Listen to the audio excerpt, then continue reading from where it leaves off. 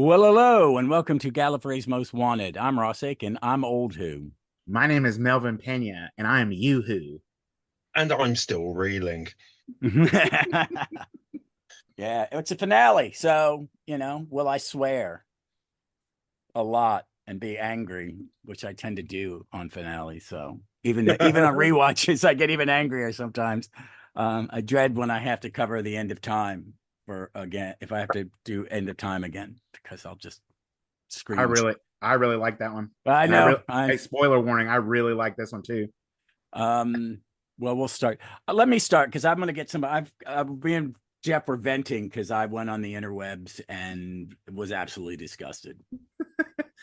And I'm going to say this Wait, right up disgusted front. with I what? don't like fandom. I'm 60 years old, and the amount of just piss and moan in every fandom is getting old. I'm tired Yep. of it. It's Yeah, yeah, yeah. just I'm tired of it. Every little thing, it was a lot of niggly piggly, pick and pick and pick. Some of it justified, and some of it just as bad as it was during Jodie. And I'm sick of it. I'm just Yeah. tired. If you're that angry at your show, Yep. find a new one. There's some good Yep. ones out there. Watch Paradise. Hell, go watch Stargate. If you want something a little more simple and yet it's not Doctor, watch something else. But Yeah. and then same with Star Wars. It's just like makes my head hurt. So get that past. Mm-hmm. Um, I watched it once yesterday. My wife is sick, so I was like getting her things. The dogs were being dogs and had to be fed. So I watched it the first time, and about halfway through, I started getting angry. Like, please, can you fucking stick the landing, Davies, one time before you're done? Do it. You've done it. This has been one of the best seasons. This season I've liked it so much. Every one of them was great. The conversations we had, I was like, do not ruin this for me. And we get through, and I want to talk about the reveal without Yeah, yeah, yeah. naming it until we all talk about the final reveal as a separate topic. And gets to it, and I was like, wow, that's bold. That's a bold ending, but it was clunky. So I watched it again this morning. Leslie's at urgent care. The dogs are asleep. I'll watch it again while I get ready and get set up. I missed a bunch in the middle because I Mm-hmm. was thinking the thing with Poppy was not explained. Why are they so? What's this? What's that? What's this? And I watch it. Oh, they do explain it. For once, they explained it. Oh, okay. And then but it did feel like Lord of the Rings a little bit. The final The ending of Return of the King. Yep. Return It of was the very King. Return of the It had King. a little bit of Probably that, what I thought. but Yep. I'll forgive that because like, honestly, I really don't. Last time I watched Return of the Kings, it was like, do I have to watch all of this? I know the Mm-hmm. story's over. I just spent 9 hours watching these things over 3 days. But this rewatch made me like it a lot more. I really did like it. It is it a perfect finale? No, but it's better than a lot. For me, it was better than some of the others in some ways. I think they did with ending his era. This is the best we were going to get instead of having a season leading. And even if this always the idea for the end of the season when they started writing it, we'll find out years from now when there's an article or something about it. Overall, I liked it. I just found it a little clumsy at the end. And I think on rewatch, because my enjoyment of it the second time through, there was a huge jump in enjoying it because the beginning part, the action, the silliness, the monster, all that stuff is pretty fun. Mm-hmm. So, and Millie Gibson is the star of this episode, period. I think for some reason she got he's very good at it, but they gave her some stuff to do. And I just felt when she was on camera and she was speaking, I didn't give a crap about anybody else. She did the best job. They were doing a lot of genre acting at times because it's a genre show. It wasn't, he had some heavy emotional moments. Belinda did where they earned as much. For me, I think they could have done more for her in scripting, but Millie shined. Millie is the star of this story for me, and she will always be the star of the story for me. She is so good in that final section when everybody else is forgetting Poppy. She makes that plot device important. It made me care. I cared more when she was concerned for Poppy than when the Doctor and Belinda were concerned for Poppy. That because it was I'd agree with that, night and probably. day. It was night and day to me that when I don't know if it was power of performance or I don't know if it was scripting. All I know, it made for me, this is really big part of the story is Millie's story. And I love that. I love it. I love it. I love it. All right. I'll let someone else go. I, I, oh, I'll let Melvin go. I think I'd rather let you go, Jeff. Okay. I was both over and underwhelmed at the same time. And I kind of came out of it like,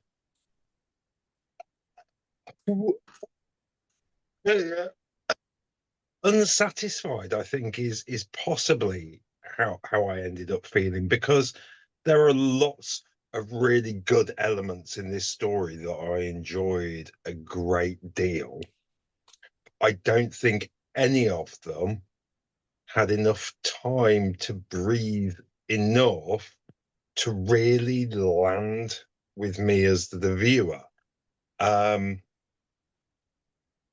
There were some things that I was hoping for that just did not happen. I, I would have liked. It felt to me like Susan was going to be an integral part of this because of Poppy, because of the genetic cul-de-sac that the Time Lords have become, because of this link, this doctor saying that he has a daughter. And I felt that we were half a step removed from what I thought was going to happen in that regard. So, I mean, that's all about your own expectations as a viewer, isn't it? And that's all about where you think the story is leading against where the story is leading, because we all have our own, we're all immersed in Doctor Who, and we all have our own preconceptions about where this may go. And that was kind of mine. I think that there was an opportunity there to actually do something really quite interesting, really quite moving, and really quite deep in Doctor Who lore. Because ultimately, that's what I am. I am a fan of Doctor Who, and I love Doctor Who lore, and I love all of the Gallifrey BS, and I love all of that. And so all of that just feeling just incidental to itself. It seemed odd. I loved the two Rownies gag. As a fan of a certain vintage, that hit my sort of like kid giggle switch quite nicely. And I'm glad that of the two Rownies, if one had to survive, I am very glad it was the Anita Dobson one. I think she's got a lot more to give. I do too. I do too. Because I love the new one, but absolutely. I'd be her henchman. I would fight against the Doctor if I could hang out with Mrs. Flood. Absolutely. I don't know. There's just something much more Doctor Who about Mrs. Flood than there was maybe about Archie Punjabi's Rani. So I don't know. I don't know. Oh, I got to see my doctor again, so I was very happy. I thought of you the minute she ran on screen. I was like, Jeff is now, if he was in a downward spiral, this is going to throw him a life raft on if he's going to like or not like it. She was wonderful. It was wonderful to see her, man. What I find sad, though, and what I regret is that that's the high point of the episode for me. And I don't want that to be the high point of the episode for me, because there is so much important stuff going on. I'm sad that this is the end of Ncuti, because this season he has just grown and blossomed into quite a wonderful doctor, and one that I've enjoyed following his adventures. I really don't know how I feel about this, and this is why I wanted to talk to you guys, because you always help me set my thoughts in order a little bit more, or see things that I've missed. So that's my initial rambling blah about it. Melvin, please. I loved every moment of this, and I am happy to bring both of y'all and anyone who's listening out there right back around, because I ran a 5 mile race yesterday morning, which was bananas. I can't believe I woke up and got to the starting line by 7:15. I got there at 7:12, ran 5 miles, and then came home and got into the right frame of mind, which is the only thing I'm going to say about that. And I'm not going to tell y'all lies. I have watched this. It came out less than a day ago, less than 24 hours ago. I have watched this 8 times already. I absolutely loved it. I mean, the first time I watched it was kind of reaction, like those YouTube videos where you watch people watch something for the really first felt time. like I'm going to interrupt you. That exactly explains the emotion I was having. Yes. What I was trying to watch and take care of my sick wife and my fucking thing, because it was like, I'm missing pieces. What the fuck's going on? Am I watching? And so this is a lucky thing about kind running. of when you watch a reaction thing, you're watching it in bits and pits and starts and it jerks you around. And this was the lucky thing for me about having run 5 miles at 7 in the morning and gotten, quote, again, into the right frame of mind when I got home to watch it. Because I got home, I picked up a Chinese takeaway from my favorite place on the way home, and I was fed, and then I was ready to go for Doctor Who. And again, that first time watching it really was kind of like YouTube reaction video, because I was shrieking and crying alternately. It felt like every other scene, like, to resolve the cliffhanger right off with Anita opening the magic door. I was in a flood of tears, because y'all go back and listen to that special episode of GMW. It's unnumbered. It's a special episode because we couldn't figure out what the number was supposed to be. But I was ecstatic about Anita. That is, I think I'm going to go back and when I rewatch the era, that will be for me probably one of my top 3 episodes of the entire era, because of the relationship he had with her. To see her open that door and save his life was extremely moving to me. We'll talk about the rest of the, for me, the rest of the plot, and I'll just go ahead and say the Jodie part too, because I wept when Jodie entered the scene as well. Like, I was so moved by her being there, by how natural she was, by the way she interacted with him. And we'll talk more about that later, because it's such a great scene. That's the scene no matter how many times I watched this, like the first time, every time I watched it, I had to rewind that scene every single time I rewatched it. And then sometimes I just sat there and watched that scene over and over again. But I thought that was very magical.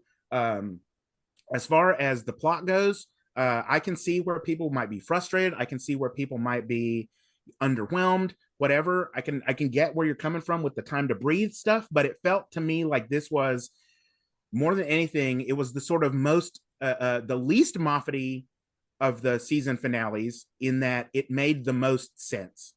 To me, it made the most sense. And if you go back and watch it a couple more times, which you're going to, well, like, no, I did in the second time. Yeah, this is everything like is stated. This is like RTD revisiting the power of the Doctor and saying, "Okay, I'm going to do this my way now. I'm going to go back through my era and show you what I take from Doctor Who at this point from these last 2 seasons."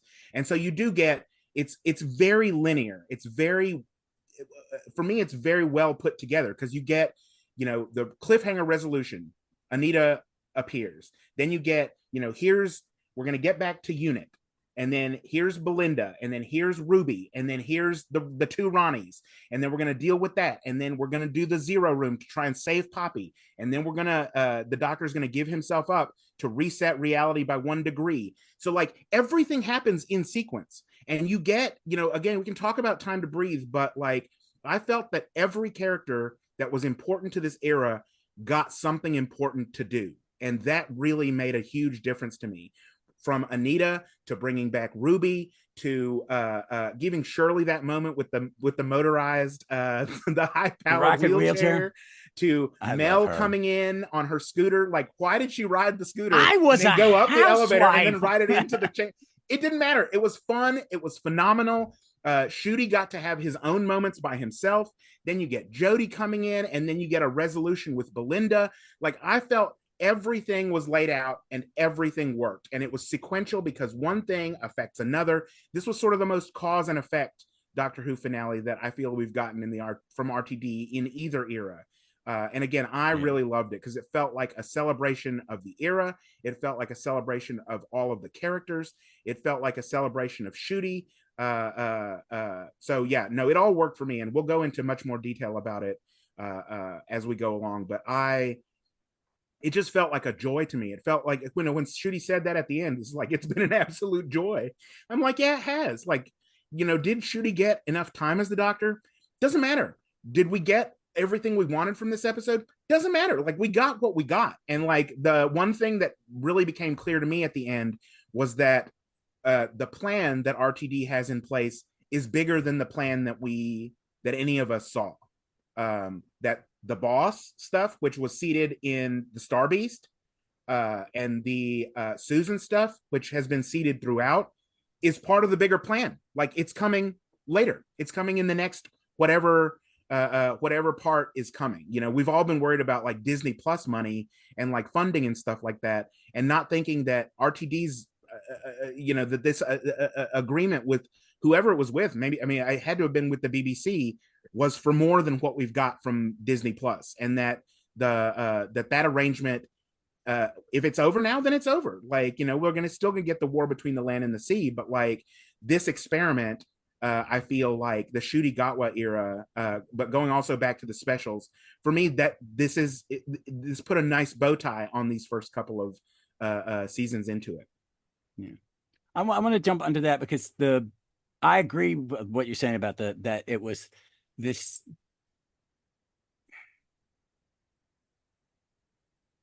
Rewatching him helped me understand it, but for the thing, what you're saying about he's tying this up in a bow. If this is the end of him doing it, and Bad Wolf's contract, we don't know what Bad Wolf's get. It may just be Bad Wolf's contract's running up. And does Disney and the BBC want to pay Davies and them to do it again, do it more? They may go, we're going to do someone else who's cheaper and doesn't cost as much. You know what I mean? It could be that mundane of a thing. And they wouldn't have done that final scene. Here's my thing is, we don't know if there wasn't something coming. Yeah, you're not putting her, not, spoilers, you're not putting Billie Piper at that moment unless there's as more a practical fucking joke. Yep.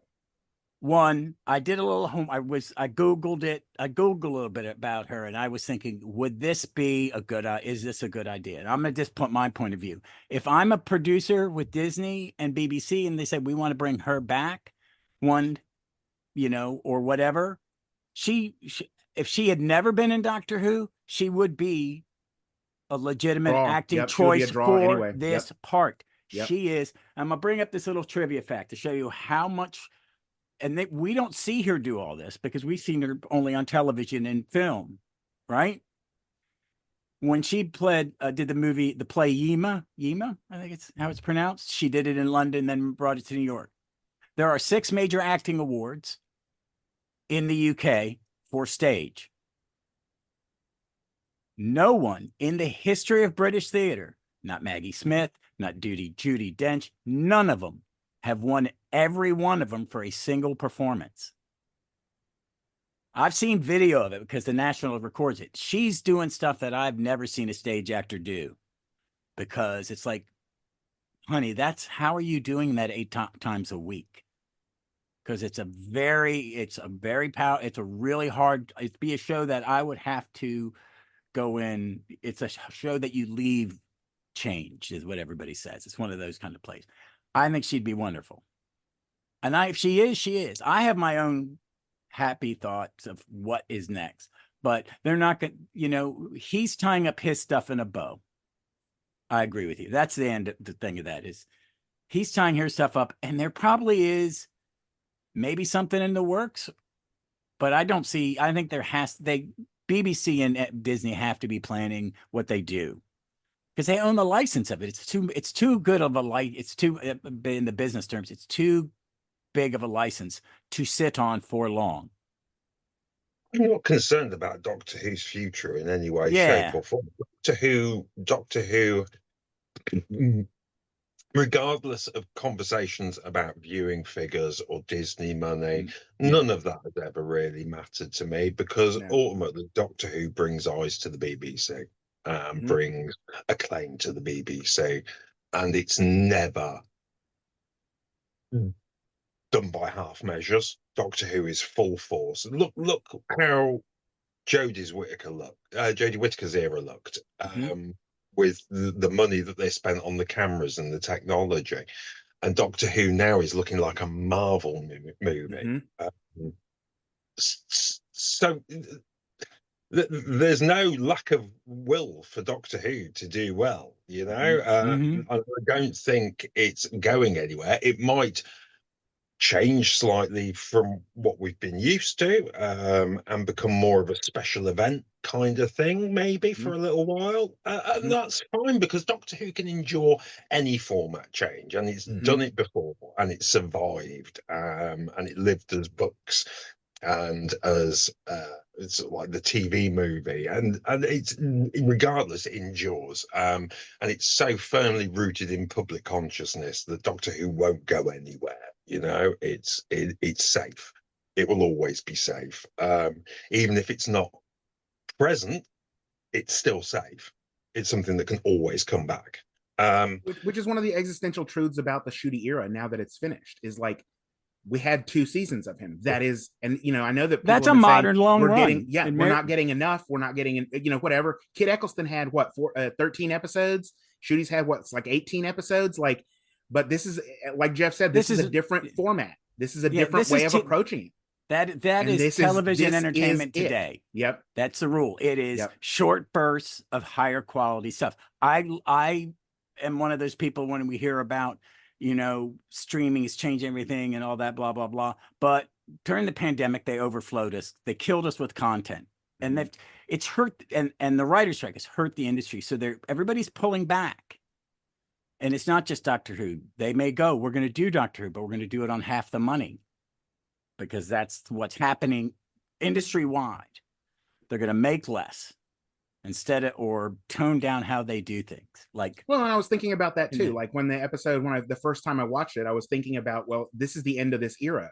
What did this era look like? Like, this era was sort of like almost a sort of modern X-Files. Like, we had Monster of the Week episodes, which are the ones that we loved talking about and got into the weeds with, talking about social issues and the political reality and how this reflects the lives that we live now in really substantive ways. And then we got the arc episodes, which were more, you know, what is Doctor Who about? Like, what is the Doctor Who, you know, how does this affect the Doctor Who world? And that's sort of what these sort of 2-part finales have felt like for this era, is like, we're going to get Monster of the Week episodes for most of the season, and we're going to frame it with, you know, big spectacle, which, again, like, that is the format for this series, for this run. And one of the great things about closing up the door is, I feel like, and changing the rules and having that reality, you know, having the Doctors pour everything he had into shattering reality or moving it by 1 degree, is that it does give the next person the clean slate. You know, again, whether that's art, and I think it is RTD, because I don't think Billy Piper comes back if it's not RTD writing it.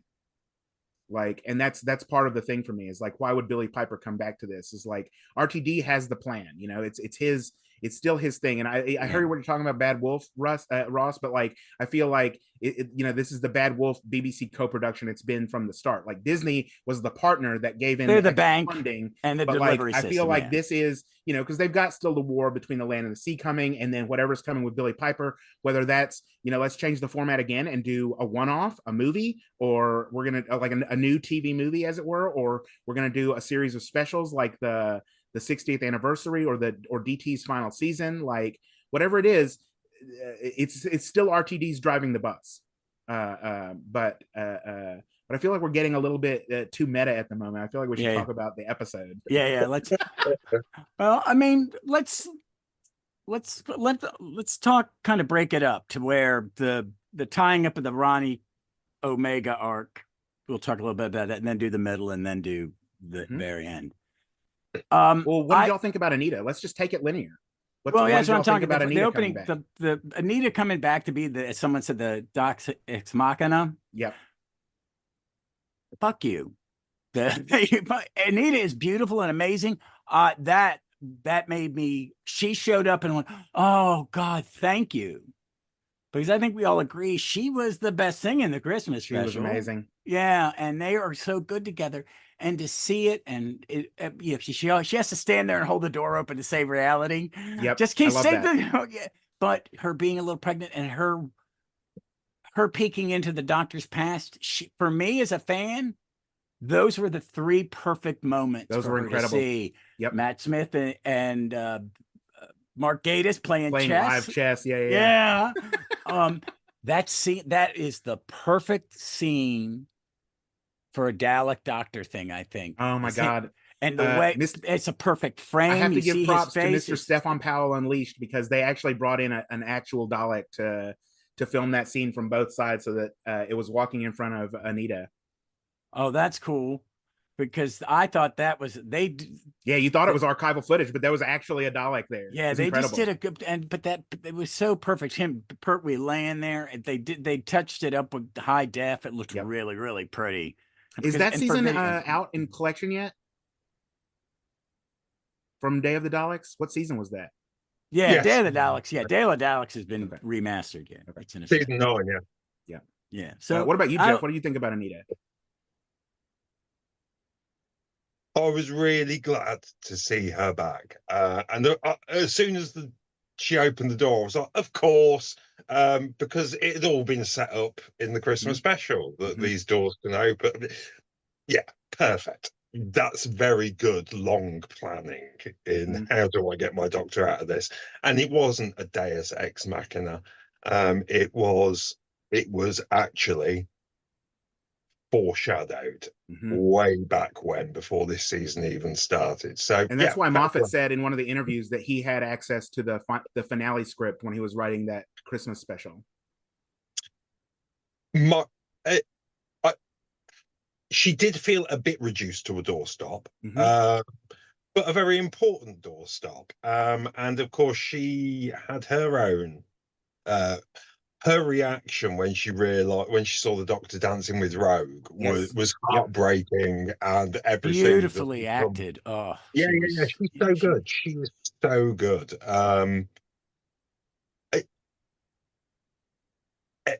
I was just glad to see her back, because she was the highlight of the Christmas episode. Her scenes with Ncuti, and they have an instant chemistry as well, which is really nice to see. And it's always nice when you can see a chemistry on screen that is clearly developed off screen, and it just shines through. It's really nice. Yeah, no, it was nice, and Anita has more screen time with the Daleks than Ncuti's Gatwa's Doctor, so. That was pointed out. I saw, and I was like, okay, fair dues.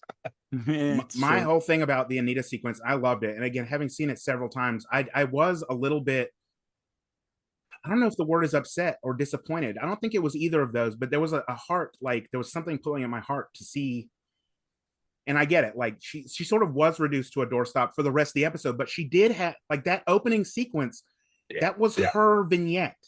And I think exactly what you just point out, Jeff. That sequence, it really moved me on subsequent rewatches of her looking for the Doctor, because the thing is, like, we think about, go back to sort of school reunion, and you think about like what is the impact that traveling on the Doctor has with someone, or go back to Partners in Crime, Donna going looking for the Doctor. Like, this is someone who the Doctor is hard to find, and having access to the Time Hotel, which was a gift that he gave her. He gave her.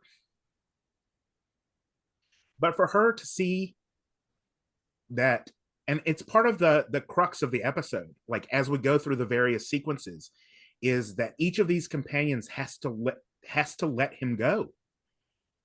And we were talking last week, I sort of wished that Ncuti would get a bi-generation so that he could go off and have a happy ending with Rose.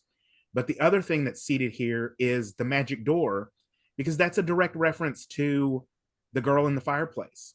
He can't just, when Rose says, well, you couldn't just say you had a magic door, like that the magic door is what gives us this glimpse, whether it's the TARDIS or, again, the magic door of the Time Hotel. Like, these companions get their moment to shine with Ncuti. They get the moment to shine with the Doctor. And that's all they get. Like, think about Madame de Pompadour. Like, she wanted to see the stars with the doctor, and he promised her that. But when he gets back, her life, it's just over too quickly. Or think about Rose and the 10th Doctor. She says she wants to travel with him forever. And I feel like that is one of the things that we're going to revisit in whatever comes next, is this idea that you can only run with him for so long. Like that, the relationships that the Doctor can have. And again, when she sees him with Rogue, that's what really brings it home, because that was their relationship that night, fighting with Indira Varma and the Bird People. Like, that was all the relationship they could ever have. And that is something that's really moving me about this episode, and thinking about the Doctor's relationships with Ruby, with Belinda, with Poppy, with whoever it happens to be, is that they come in and out of his life, and that the time that you spend with the people who are closest to you, that's what matters. And that's what I got out of the Anita sequence. Yeah, I loved it. I like that moment when she's talking about, well, she's 3 months along. When he sees she's pregnant, 3 months along, and she goes, "It's Ricardo from it. He's in HR." I went, I'm not for long. Because I think that baby may be an HR violation. Well, it's the year 4202. HR rules have changed. Yeah, a little more. Okay, you're allowed to screw HR because they don't screw you anymore. But that's what paved over the doorstop for me, is that she realized that after that she was here to serve a function. She realized that, and that's got to be okay. It has to be okay. It's so earned. Yes, that scene is so. That's what it was like. That's why I didn't care. She'd been a companion forever, because she was like what because of the conversation, that interpersonal and their relationship. He was definitely what she had to be there. I mean, and if there's anything that I wish, that's what it was. When he introduced her to Belinda, he should have said something like, I spent a year as her neighbor, or whatever. Like, just a really, but again, like she had that moment. She had that time. It was in the Christmas special, and she went looking for him, and she found that he cannot stay. He cannot stay. And she makes the same sacrifice Belinda does in the end, which is to have a normal life so that the Doctor can go on effectively. And that's why she chooses to stand there like a doorstop and hold the door open, because that is her sacrifice. Her sacrifice is to be a part of this, but not a big part. And that's weirdly Game of Thrones. It almost like gives us a different perspective on Hodor. She holds the door so that he can go on, and she goes on. Like, that's a beautiful revisioning of that. And it may not be the life that she expected once she'd met the Doctor, but it's the life that she has, and it's the life that she's left with. And it's exciting, and she's found love. It's not just sitting in that little hostel hotel in some city in England. She's the manager of the Time Hotel in the year 4202. She's married to Ricardo from HR, and she's got a bun in the oven, and she gets to see the Doctor. And she's gone to experience something that other people don't who travel with the Doctor. Her looking for him and finding him from place to place. She's got to peek in on his life and to see, wow, now I know why he didn't stay. He's so important to the universe. And could I have dealt with this? It lets it's she's great, and it's great. And how odd that holding something open can give you closure. It's yes. Or like seeing, again, getting different perspectives on something after getting different perspectives on a relationship after it's ended can really help you come to peace with that. Yeah. I feel like that leads us directly into it's not linear, like I said, but like Belinda, because again, Belinda does have a sort of similar out. Can I start on this one? Yeah, please. I'm glad I rewatched it, because the parts that I kind of didn't catch the first time through regarded her. Because the first time I watched it, I went, "This is fucking terrible. You're kicking her out because of the baby and him." Okay, I'm wrapping my head around that. That's something I never thought I'd see in Doctor Who, but I'm going with it. But to have her end her thing is like, no, I just need the baby. It's about the baby. It's about the baby. And it not being rewatching it, they talk enough about it. And I really hadn't been focused on their conversation outside the zero room, that she would be in there for eternity, never aging, never starving if everything goes wrong. So the Jeopardy one, oh, now I know where the Jeopardy, and that the fact that they both feel responsible for this life. They hadn't planned to have it. It was forced upon them. You know, that's a violation. We forgive violations in Who, and Victoria used to have to get me out of that. Like mind wiping, when they would do the mind wipe. So by the time Moffat got the bill, we're not doing that anymore, because it's an assault. So forcing or taking away a child, I guess a mother's right, whatever, at the deepest moment, that fix for me. It's When we get to the part after the garden, it feels like you don't have to describe it so much, people. You're making it sound like it's a plot device. I found the dialogue at the end when she has Poppy clunky and kind of overridden it. Just that if he had just come back and found her and she's with Poppy and happy. Oh, doctor, where you been? I haven't seen you since we got back. And he sees that she's happy. For me, that was just me. I would have changed that scene. It took me a moment to piece together. And of course, we've talked about it all season. And we've talked about it since the specials, really, that we're not in the proper reality. The Yeah. true reality is Belinda's desire to get home is not for her parents and to be at home. It's to be because she has a daughter. Yep. And Poppy is that daughter. It still doesn't quite explain Space Babies for me. I don't, or maybe that was just a reflection of what is truly reality going back. But I think we overcomplicated as viewers the Space Babies connection, when actually that's just an echo. That's like future echoes in Red Dwarf. Or it's like when someone tells you reality. Or it's like when someone tells you they've been down to the supermarket and seen someone who looks just like you. Yeah. Oh God, we all have that happen. Yep. Yeah. We used to call them evil twins in college. I'd be like, oh my God, I saw evil Melvin at the dining hall today. So you know what? Jeff, you just said something that I hadn't thought of. The thing is, you're right. They never tell us why, unless the hint about I might have ghosted this guy on Hinge. But maybe, that makes it, me just thinking about it is because we don't know. It could be one of two things. We were never given this little bit of information and now we are, or the only way to save this Poppy is to insert her into Belinda's timeline. And the doctor's trying to just save her, and the TARDIS fixes it the only way it can be fixed, making it not his child. Does that make sense? I've got ideas about that. Again, I've watched it several times, and again, like they do explain it. They piece it out for you. Like, and that's part of what you're talking about at the end, Ross, is that's necessary, because otherwise all the nerds will be like, you could cover this with a line of dialogue. That's exactly what they do.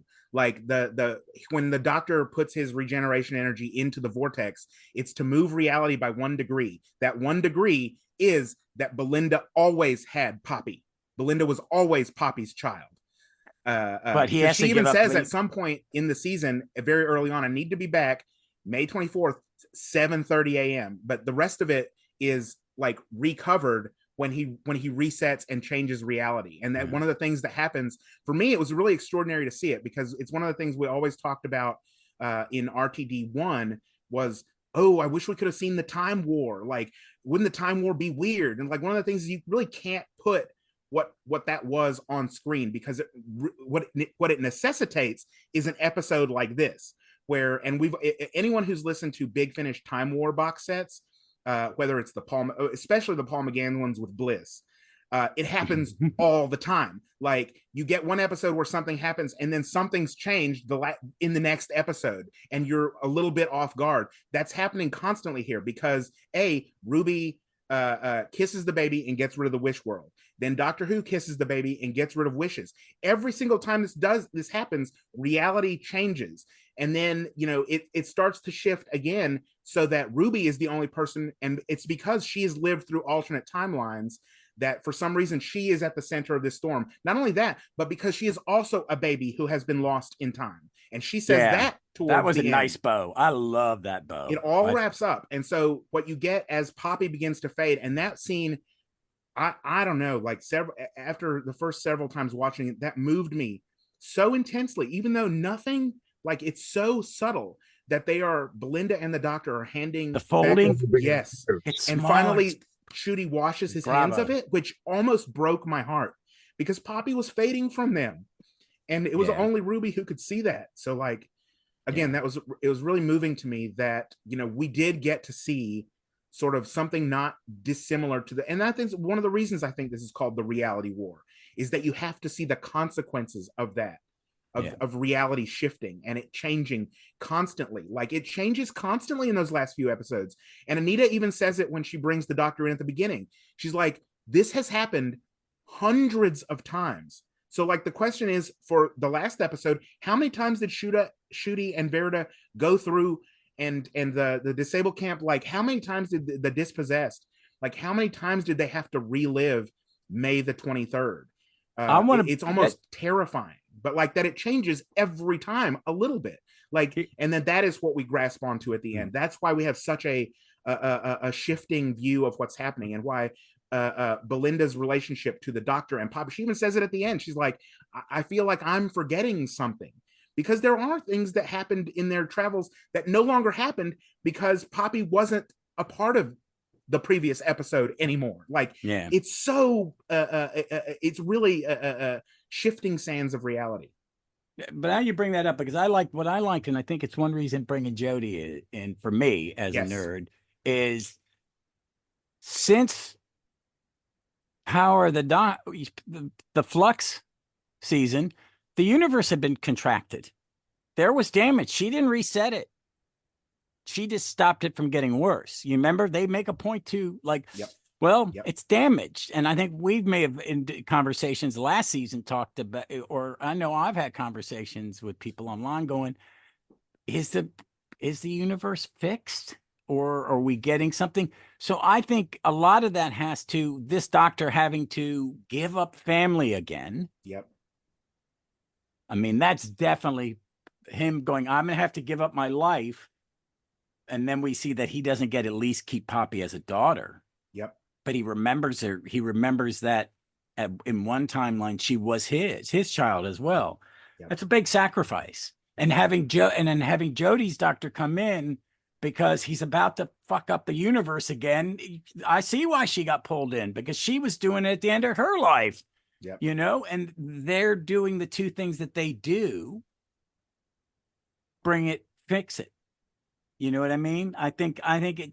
Because Davies, someone said this online and I agree with it. Davies made sure to take everything Chris Chibnall did and cement it into continuity. He's probably reading people and not responding, and wanted to put the trolls to rest. That let's get rid of it. He was like, man, nope, here's another nail with this sucker. That you can't pry, that you can't do that petty thing that people want Peter to do. But he cemented it. But I think it all timey-wimey works. I think it's a sacrifice. I like back to Susan. I would have loved for this is my way to do it. He wakes up and Susan's in the garden. I thought that was the first Doctor's garden. So did I. So did I. So did I. I did too. This is the first thing. Oh, let it be David Bradley and Carol Ann Ford, and going. She'll never know. But that's that Poppy was Susan's mother. I mean, there are a whole lot of things that I was wishing as a nerd that was just racing through my brain. Well, but and that's the one thing to close off Belinda real quick is that he tells her that when she's leaving, or when he's about to leave, she asks if he'll ever see him again, and he's like, I would love that. It won't be this face. With this face. And Belinda's like, but there are things that I feel like I'm forgetting, and he says, somewhere that's the whole that's the one of the wonderful things about this episode is that you were talking about bringing cementing the flux, cementing the timeless child. He says that everything that happened somewhere. It's all real somewhere. Like I loved that part of it, because you're like, yes, in one timeline it is Susan's garden, in one timeline Poppy is his child, in one timeline. I love that. And that's I'm sorry, Jeff, you were going to say, so please go ahead. I was just going to say that's basically my head canon for Doctor Who, and that's how I can fit Big Finish and say Jodie meeting Mary Shelley, but Paul McGann meeting Mary Shelley, because it all happens Or because Paul time McGann meeting isn't, Susan and having a yeah, grandson.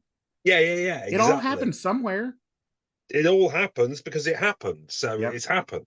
And regardless of where we are, those things can't be taken away from us because they Yep. happen. And Yep. that's basically my entire sort of like premise of canon for Doctor Who. Because when you start messing with time, strange things happen. Mm-hmm. Or And so and it's very reality easy. in this case.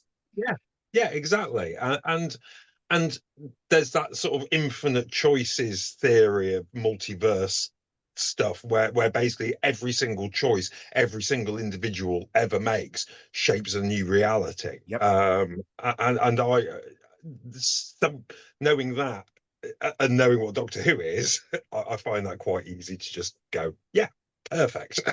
And I think that sort of leads us. I'm sorry, Ross. I don't mean to like. Do you have talking points? Because I'm just like, oh, I know what the next thing we need to talk about is. No, go ahead. I've got something. But let me jump this in. We talked about Jodie. Yep. No, we do need to talk about Jodie. Well, I want to let me We'll just talk jump about in. Jodie for the rest of the episode. Yeah, so. I will talk about Jodie for the rest of time. Yeah, I will too. I cannot tell you how much more excited I am now for July and Big Finish Jodie. Yeah. This really just like got me like I almost like there's a hole in my roof because I just like literally took off. I'm sorry, Ross. Go ahead. I loved it because her clumping down with that clumsy ass run, her crab walk. Yep, it was all here. Oh my God, she was there. She was great. It was perfect. And you know, I would love for Russell to have written a couple big ass episodes like that for her. I think he could have done wonders. Could have done something huge. But I wanted to touch about because they didn't have the traditional her to him regeneration. Yep. And then you know what I mean? So you know, they had Tenet as the fill in that block, giving them a minute. But when he says I love you to her, she goes, oh, we say something. It goes, yeah, we do. I should say it to Yaz, and he just goes, he says you never do, but she knows. Oh, it fucking killed me.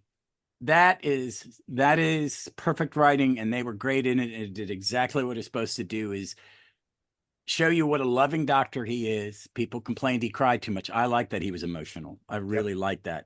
But then to be honest with himself. Yes. You didn't do it, but she knows. So you can forgive yourself before you go. To give himself to give his past absolution for something she knows she should have done, was to tell the person she loved.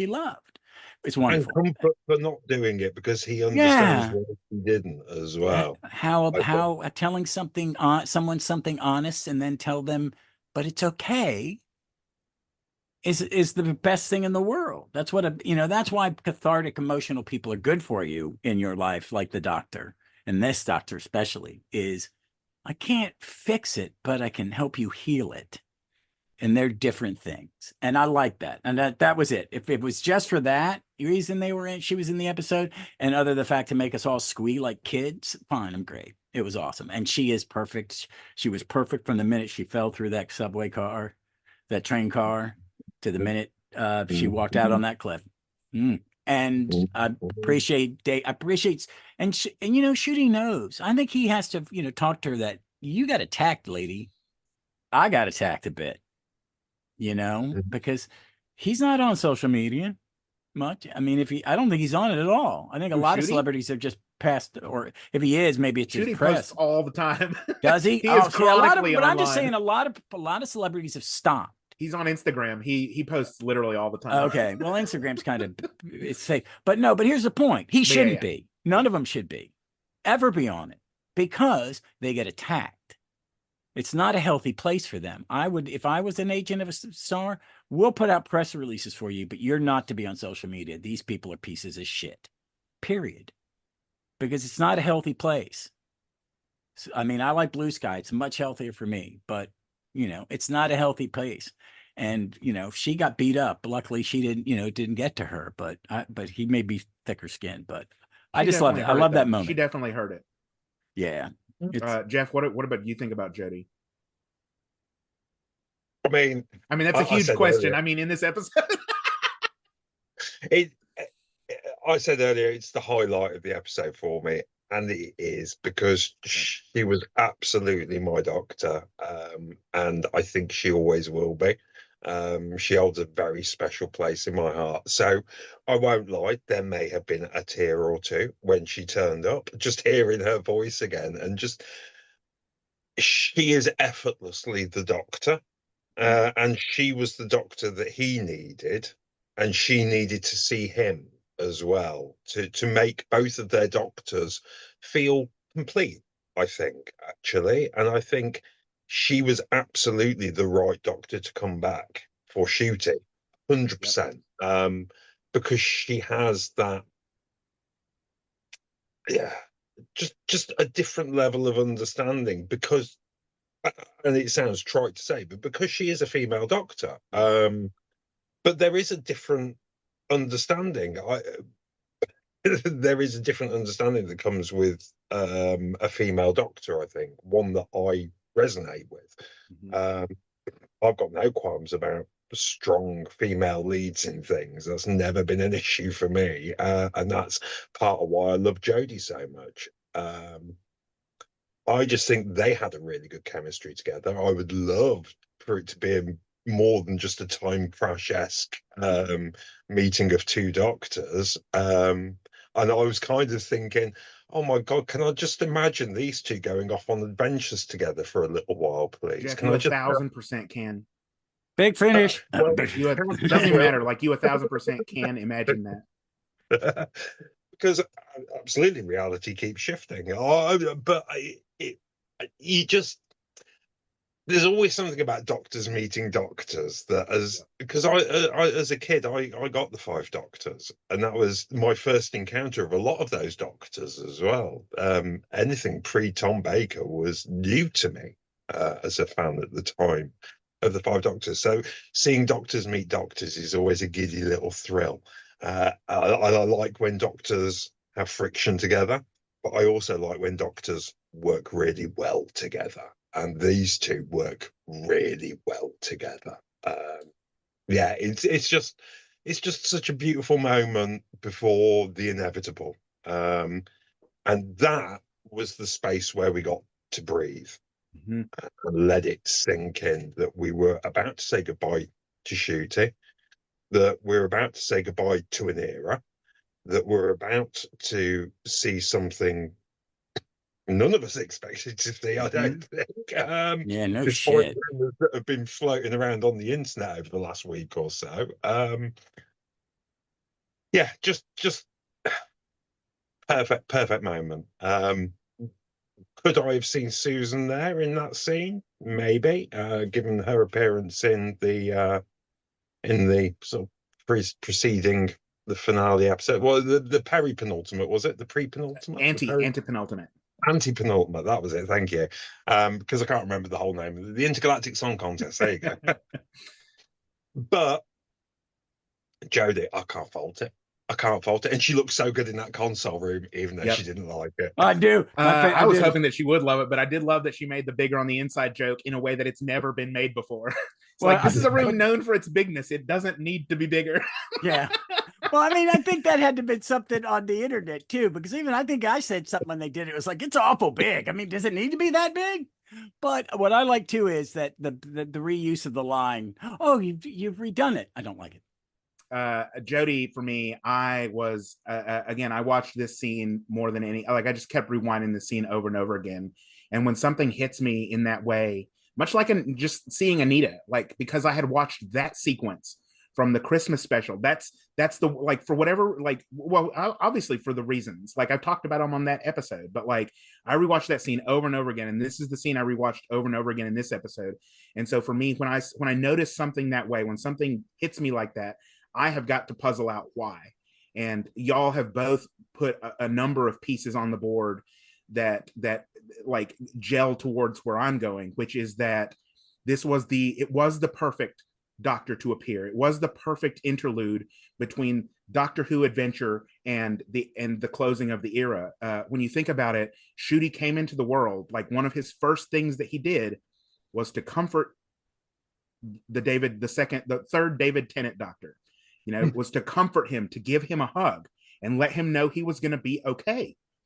And then Jodie appears here at the end to let Ncuti, to tell him not to regenerate, to not to go. Excuse me. She doesn't use the technical terms. She says, "Don't go in fear." And there is something so powerful about that. Like, it's more or less, she comes in and is like checking in on him.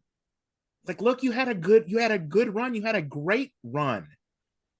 Don't go in fear. And I loved that, that they were, like you said, when doctors meet each other, they often do so in sort of strife and bickering, and there was none of that here. She's like, "You're not going to tear the universe apart, are you?" And he's like, "What are you going to stop me?" And that's the thing. Like, this is the whole thing we also see mirrored in the Ronnie relationships as well, which I hope we'll talk about next, is that she realizes they are the Doctor. She's not going to change his mind. Like, he has a plot he has an idea in motion. What she can do is support him. And that is what she does. And like, again, she walks in and she is, how many times did everyone say during the Chibnall era, "God, I would love to see Jodie's Doctor written by somebody else." And like, we got that too. Like, we got to, and she came in, she was so natural. She was the Doctor again. Like, there was no doubt that and that's the thing for me again with the Ronnies, which again I hope we talk about next, but like, there was no doubt, there was no question in my mind when they brought back Joe Martin, when they had DT in there, and people were like, "Oh, he's taking away Ncuti's thunder." No, he is there to give DT a send-off. He's here to celebrate that, and DT is here to send Ncuti off on his adventures. And this is what Jodie's role is here as well. Like, she's here to embrace him, to bring that era of Doctor Who back in. And this is something RTD has done throughout this entire run from the Star Beast onwards, is say, look, here is the history of Doctor Who for your, and people always talk about like this, are the casual viewers going to understand? He's giving them this. He's giving them the history of Doctor There's Who. Google. They'll look it up. Whoniverse is up on iPlayer. Episodes are being streamed all the time on YouTube. The history of Doctor Who is out there for people to explore in the exact same way Anita did.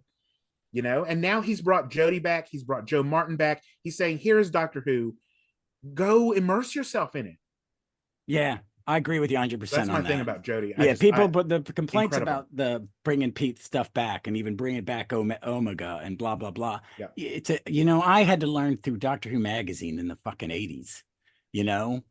I hadn't seen any of this. I mean, I didn't see some Pertwee stuff until I was 25 years old, and I'd been watching the show for 12 years. So there are ways to figure it out.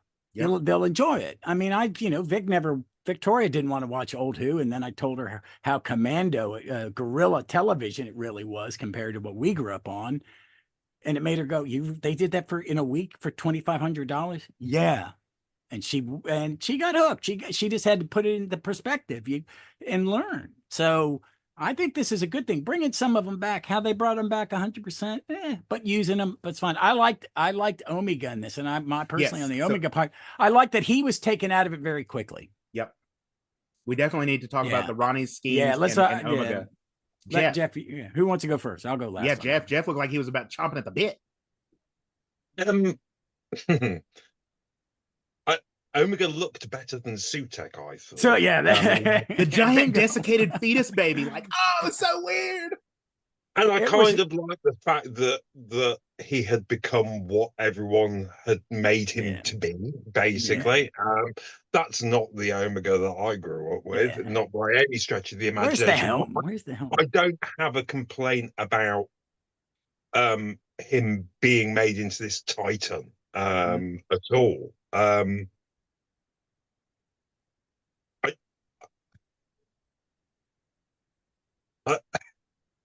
I kind of loved and hated that he just popped the Rani in his mouth.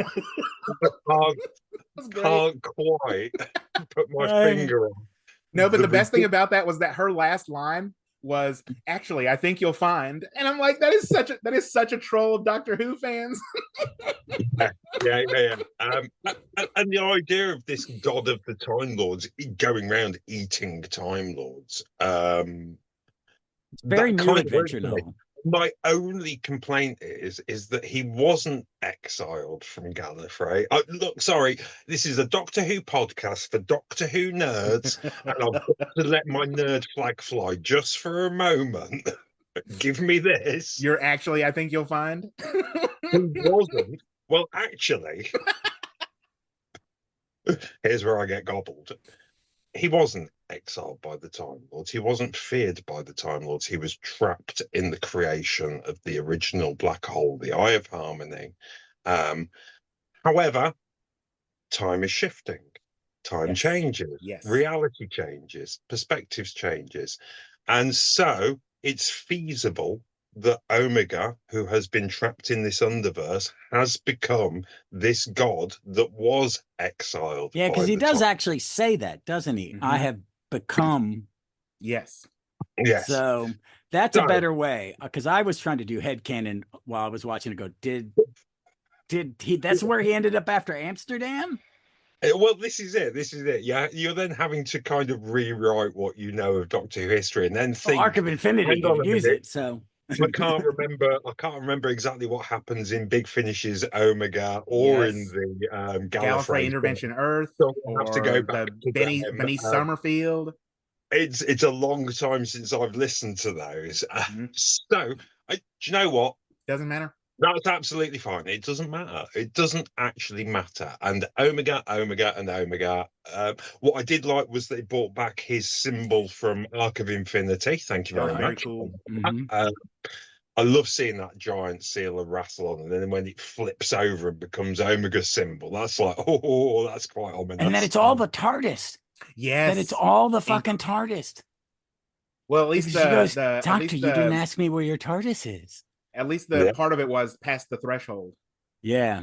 Which they kept It talking was- about. That's why they couldn't get past the threshold, because it past the threshold was the TARDIS. Yeah. Yeah. Um, I had it had to sit with me for a little while I rewired my brain slightly. But like, as always, talking to you two always helps. And it helps me kind of go, okay, right, this is how I can make this work now, and be happier with it. You know? Because initially I was like, oh, what? But then you have to remember that this isn't Doctor Who that I grew up with. This is Doctor Who that has evolved and shaped and changed over time. And as a viewer, I am responsible to do the same. And basically, all of it happened anyway, so it doesn't matter. Yep. I mean, that's what we've always said. When people say this ruined my childhood, I'm like, you can go watch the Three Doctors. It's still on DVD. Like, you can go pull out your Blu-ray collections. That hasn't changed. The chicken guy is still there in Arc of Infinity. You can go find the chicken guy if you need him. Oh, Jesus Christ. I want to see the chicken. I want to see the chicken guy and the prawn from Invisible Enemy have a death match. The prawn and the chicken man. Ross, what did you think about Omega? What's your I just thought they turned him into. I'm glad he just ended up. He'd get away from him. I would have liked a dude in a flowing robe with a fucking helmet on, and to see it done by a modern costume guy, because I love Omega. Yeah, I love him, but Stephen Thorne's no longer with us, and I'm kind of glad that they didn't. Yeah. You know, but I also, that's not important to the plot of the story. Nope. It's the MacGuffin. That's the Ronnie story. Who gives a shit? You know what I mean? I understand. So they didn't make him all important. They didn't Jeff. I thought the exact same thing. Shit, at least it's better than Sutek. Because Sutek, if that had been at the beginning for the cliffhanger and then he turned into Sutek, I would have been happy. But I like that. I love the Omega symbol. I love that set is freaking gorgeous. I love that he bumps into, oh, wait a minute. Only if I had a dice, bang. Yeah, I do. Which has also been set up throughout the season, because he's been supercharging it. And Ronnie told us last episode it's got the power of 1 billion supernovas. Yeah, it's great. I like it. And he gets to have a moment with a giant weapon, like a giant fantasy weapon, battling a giant fantasy demon. Like, It's very Ghostbusters. Yes, Yeah, it is. Yeah. It is Ghostbusters. Ghostbusters. It's Ghostbusters. And it's brilliant I because he do. gets a giant marshmallow, like Stay Puft Marshmallow Man, to blast back into hell. Like Yeah. that is, it's. I don't care what you think about it. It's. God, I fun. might have to watch it again now, Melvin. fun. You're really making me want to go back. Well, but this is the thing I absolutely loved. It's such a huge cartoon spectacle moment, and it gets to play out in the way that it's not cutting between this and that. It's like everything gets to have its moment. He gets to have this Ghostbusters moment. It's brilliant. I love. Again, it's weird that it comes out as sort of weird, desiccated, because again, it's like a sort of weird desiccated fetus thing, and like we know that the Ronnie went and got the wish baby from like the early 19th century. So for me, it sort of harkens back to it's very Grimm's fairy tale in a way. It is. It's extremely Grimm's fairy tales. Like for me, it also harkens back to sort of the entire early modern period, which is something we really haven't talked about yet. Is the like, and there's no reason we would, but like the idea of children and childbearing and fertility that runs through this entire era, like from space babies, even from like Star Beast onwards. Like there's a real Donna's protection of her child. She was born one way, but she is my daughter, and I will set the world on fire. Of the entire era is like, how are children born? Where do they come from?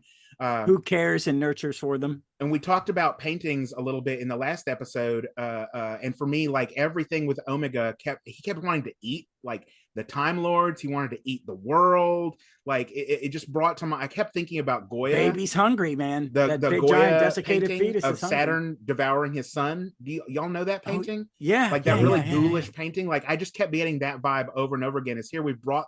The Ronnie has brought this, and she has that conversation with Mrs. Flood in the last episode. You were sprang from my loins. Like, what is she creating here? She's creating, copies of herself. She's creating, or bringing back into existence this disgusting, monstrous birth, which is what I was thinking about the early modern period. Is they had no idea, they had no context for genetic abnormalities, and that's we got in the last episode from Shirley talking about spina bifida, like that there are congenital, like all these sort of things is something that the like philosophers and natural philosophers, scientists we call them now, from like Hobbes onward, from like the 16th through the 18th century, we're all sort of prepossessed with this idea of what causes these things to happen in the womb, like what brings about these accidents, as it were, of birth.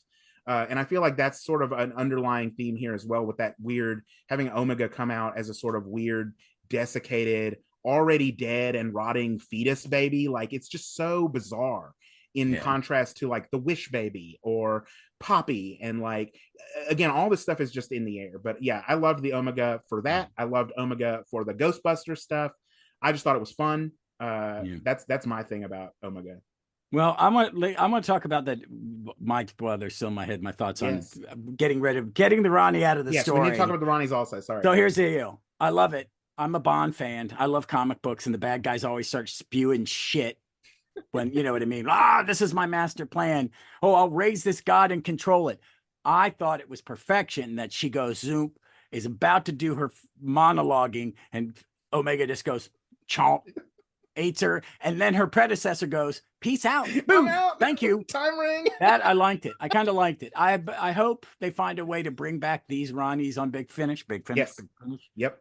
What was she doing for hundreds of years while she got ready for this? Yep. She could have met other doctors, or she could have, Jodie's doctor. Because I'd love that Mrs. Flood battling Jodie's doctor, even if it was just an audio. Stuff like that would be neat. So, but I like that. Overall, I like the Ronnie. Her meeting Mel. that bitch fest was fantastic. Woo! I didn't think about you at all. You thought about me every night. I love Mel. She was in it very little, but she had two of the best lines. I was a housewife. Yes. And the second time I really caught her expression, and that was Bonnie Langford for going, that would be her worst nightmare, and then her standoff with the Ronnie. I'd have liked her more in one-on-one with the Ronnie.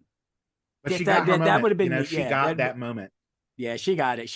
I loved it. And I think I think it paid off. Did it work? I mean, I'm really iffy with my postmodern masters. Like, John Sims, he's good in his last one, but his other ones are, I don't know. It just, flying masters, stuff like that. Missy's good. Missy's great. And the Jody's, oh my God, he's amazing. Well, Yeah, he's just that's my megalomaniac. That's my Doctor. That's not Dr. Doom. That's the Mad Thinker. So, but I liked her. I thought she was great. It's we talked. Oh, Melvin mentioned, I think last week. This was the Rani story, and this was the culmination of that. Rani who? Well, actually, the culmination of that is one gets gobbled and the other one runs away. The Rani's always known when to cut her losses, though, so that's actually in keeping with the character quite nicely. She always knows when to go. Right, this is going nowhere. Well, yeah, because she's a petty dictator. I'm getting out of here before they blind me up in front of a wall and shoot me. Because why do these animals? I like it when she calls them cattle. Cattle, yes. God, that was a power. She's really powerful in there because she sees that as breeding stock. She sees it as contaminated. Because she sees the humans, Poppy, specifically. She sees like this child that could possibly save the Time Lord race as quote contaminated. She's contaminated, stock, which is. Weird. And Mel explaining her, she isn't, what is it, something or other, it's just indifference. She's indifferent to indifference, us. Yeah. I'm sorry, Jeff, go ahead. I was going to say, slightly changing the subject, but keeping him within that sort of scene. I had a conversation with a friend of the podcast, Comrade, Comrade W, the good comrade. Yes, the really good comrade. Had a conversation with him the other week about bi-generation, and that maybe that was something that was inbred into the Time Lords to when their numbers were substantially reduced was the way of recreating. If they are a genetic cul-de-sac, then bi-generation is a way of repopulating Gallifrey. And I'd had this conversation with him about a week and a half ago, and so for the Doctor to speculate on that very thing, I was like, yes. I was very happy with that. Well, I like it that they made it a question with Jodie's with bi-regeneration that it wasn't really thought of, and I think that's a great way to do it in a lot of ways, is to have that extra DNA. Looked like he was stopping himself from. Yes, well, I need to finish off on the Ronnies, because again, thank you last week for the context and everyone else who talked about it, about the two Ronnies potential joke last week, because it made much more sense to me when Mrs. Flood pieced out and said, well, that's good night from me. It did. It was I awesome. Absolutely love that. I absolutely also love that we could definitely they gave us the out to see Archie Punjabi come back, because I loved her to death as the Ronnie.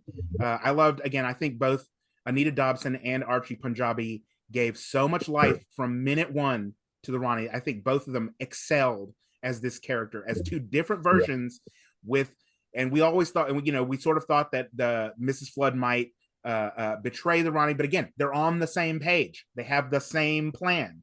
And they let us know that again, like that was never going to happen.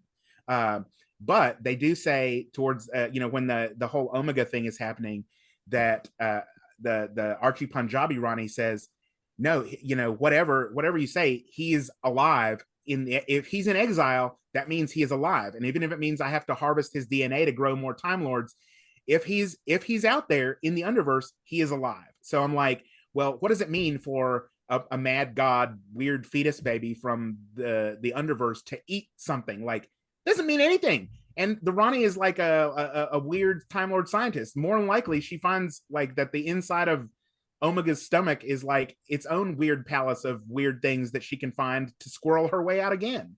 So I have no doubt that if they want to bring Archie Punjabi back, that she can come back the same as the Master can, the same as anybody can. Yeah, it's Jonah and the whale, or Geppetto in living in the stomach of this great thing and eventually escaping with a new perspective. So they give her that out. Yep.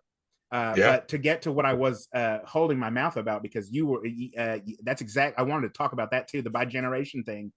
like that gets recontextualized here too, in this idea of, if this is a way to repopulate Time Lords, then, you know, we've been thinking for all this time, because again, it's what RTD told us, but like, you know, whatever, it doesn't matter, because everything is possible here, that it recontextualizes by generation for us, that if there are by generated doctors out there, and it was the same thing I was thinking about Anita Dobson too. I'm like, well, when she regenerates, will she just turn into Archie Punjabi again? Like, if she regenerates or bigenerates, does that just happen again? Like, it's another way that that Archie Punjabi can come back. And if DT is out there when he reaches the end of his life, the third David Tennant Doctor, I should say, does he become a new Time Lord also? Like, it allows Doctor Who to, it allows the Time Lords to reproliferate in, if we need it, in canon. Like, there can be more Time Lords out there starting right now. Like, starting right now, there can be new Time Lords. So I'm like, that is brilliant to me. That means we can see the monk again. I'm happy for that. Like, what if the monk bigenerates out of, like, it's so bizarre to even think about. But if that's a way of repopulating, then we're also getting this idea that it's sort of like a, what do they call it? Budding? I was having to think back to like high school biology, like the creatures that can asexually reproduce. Yeah.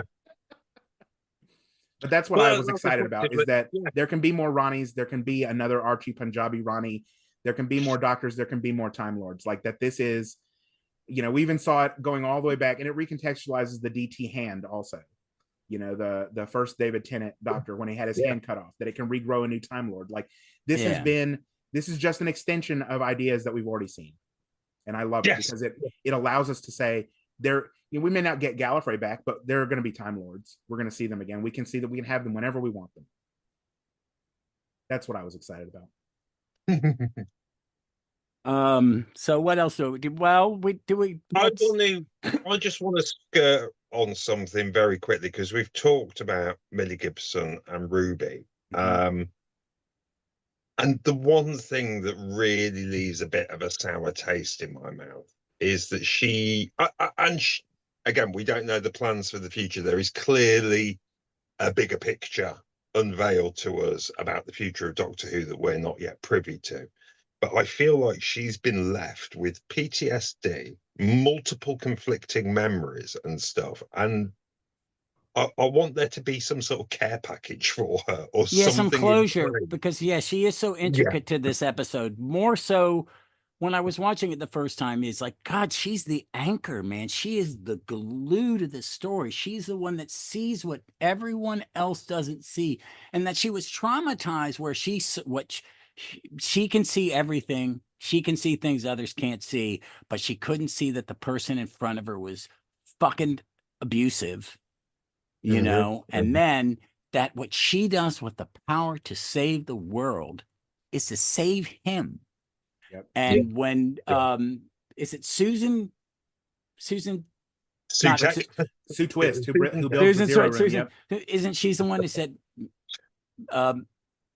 Ruby gave the greatest gift? Or the Doctor gave her that because, you know, she was been born out of the TARDIS or whatever. Well, no, I'm talking about one of them says about Ruby what she did with the Wish for Connor. It was Brigadier. It was Kate. That she made she gave him the greatest gift, knowing it had been painful. That, you know, because they both felt, you know, Kate really felt for Ruby. She was the only one there to take her in who could. She couldn't tell that to her other moms what had happened.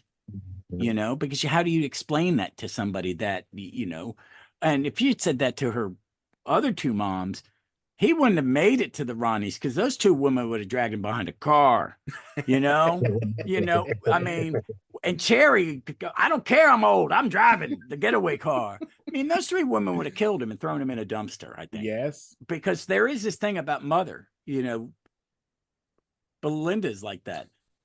I'm staying with her. I'm not going on the adventure. Yeah. You know, that thing about motherhood and the connection. But yeah, I think I'm hoping so, because, you know, let's get back to the, you know, she's so good. Yeah. So really good. And I feel like more of her. I feel like she does, though, get the better ending than what you're seeing, because she gets the satisfaction of knowing that her retained memory put things back in place. And she's probably over at that Belinda's she is going, in a sense responsible for for bringing Poppy back, yeah. for giving the Wish baby a new home, for resettling all these things. And I feel fixing like Conrad, take the pain away. I mean, she really gives him a gift. Yeah. Making I him feel not like a piece of shit. He didn't have to do the hard work. And I feel like even if we don't talk about it or it's not seen on screen, that there are all of those resources are there for her. All of those resources are there because now she's met Belinda. Do you think they're going to not talk to each other, even like, especially after this, and that they both have like young children that can have play dates or whatever? Like, there's something that there's a bond that they have formed that will eventually, and of course they know Kate, and of course, like we can, again, if it's headcanon, fine, I don't care, but like that support group, Mel is part of that, like, and Mel knows both of them. They do have that, they do have resources open to them. They're not alone. Like that's the thing that the Doctor, they can't have the Doctor, but they definitely have each other. Yeah, I think even just a glimpse of that on screen would have been nice, because the last time we see her, she is absolutely tormented by the Poppy. She's so afraid for Poppy. She's terrified for Poppy and for Belinda. She's like, why aren't you? But again, if we think that she's not going to get that update, like we're fooling ourselves, Yeah. So yeah, it's just. The only here I've just thought of this. I would have liked that scene where it was in the Rose Garden. Was it the doctors? Maybe I really wanted it to be, Jeff. I saw it. I thought the same thing. I really wanted it. But here's me rewriting. I would have loved for the Doctor to land right before he regenerates, and he's there, and just that maybe have Ruby there. And in my head canon, why is it instead of her mother's she's tagging her mom out. She's waiting for her nanny to come, and her nanny is Susan Foreman. Again, and then just say, I can't, and just him like walk away, after he said goodbye, walk away. I don't know. I like it because makes us do these things though to ourselves more than anything. Yes. Oh, he's good, and Davies is good at stoking that. This is gonna get stuck in their craw for a while. Let him think about it. What he's done now is, by not crediting Billy Piper, introducing Billy Piper as the Doctor, what he's basically done is just gone, this will keep him quiet for a year and a half while we get everything back in place. Yeah, let's talk about let's jump to Billy Piper. The regeneration, there was a rumor, I thought it was bullshit. My brother texted me, is Billy Piper the Doctor? And I'm just like going, dude, get off the fucking internet, is what I wanted to say. And he hasn't seen this. I think he's living with people who have Disney Plus, so he's playing catch up because he's behind. He's seen none of Post Jodie. So my take on it is, I have no problem with them casting her, even if it's just if it's just a placeholder, like you said, Jeff.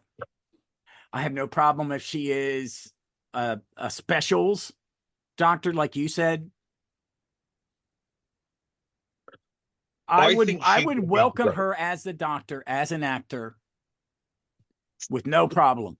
If she is the Doctor for 2 seasons like this, they hire her, they film them back to back, because I think a lot of this was done that Ncuti had a tiny window, time window, that his fame is growing, so they made sure they just, if he would have probably done a 3rd season if he could wait a couple years, and we don't know that. So that's what I think. They knew they had a very small window.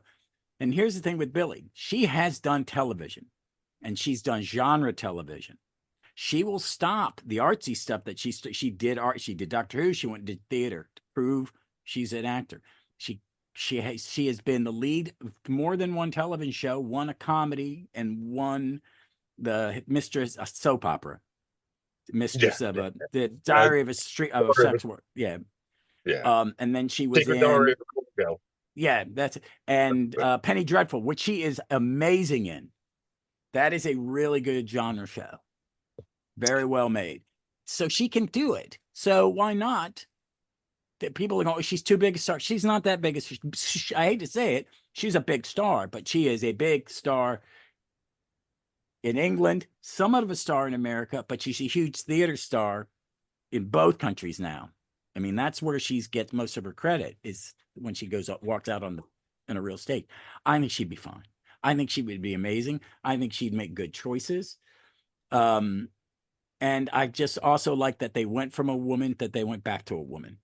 I think he knows what's going on, that it's not time to announce it. They want the spinoff to come out, not overshadow that. See how Peter McTeague does being a showrunner or head writer, and then make a decision on who's going to produce it, because Davies isn't going to continue to produce it. I mean, this is what like he did with Tenet. I'm going to come in here and fill a hole to keep it going. He will always have fingers in the pies. Yeah, and he'll have, but I feel like my dream is Peter McTeague proves himself with the spinoff. The trailer looks great. I like everybody's in it, units in it. I'm hoping it's as good as some of the more modern unit stuff is in Big Finish, which I like most of it, or as good as Probe, which is a very good. It is, of all that stuff that Mythmakers made, whatever. That's the only one that stands up as good television. Those 3 episodes. It was BBV, wasn't it? It's BBV. That's it. Yeah. It's excellent. It's excellent.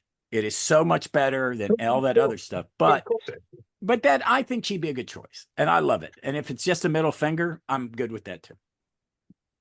I think after last week and me even bothering to make predictions, that it's kind of useless to even think about what it could be or what it's gonna be. I think it does give the fandom a lot to chew on. Again, I think it's I think it's beyond our ability to forecast production team stuff. Like, I feel like all of that is just like, there's no reason to speculate on it. Like, it's just, that's just my wish. I don't know what's going on. No, I get that's it. Just my wish. I feel like he'd be the good RTD choice. is overseeing stuff. So I think that's that for the time being. And again, I don't think Billie Piper comes back unless RTD she's playing the Doctor. Well, no, I don't even want to speculate about that. Like, unless he was writing, because I think she has gone on record saying that she doesn't want to live in Cardiff ever.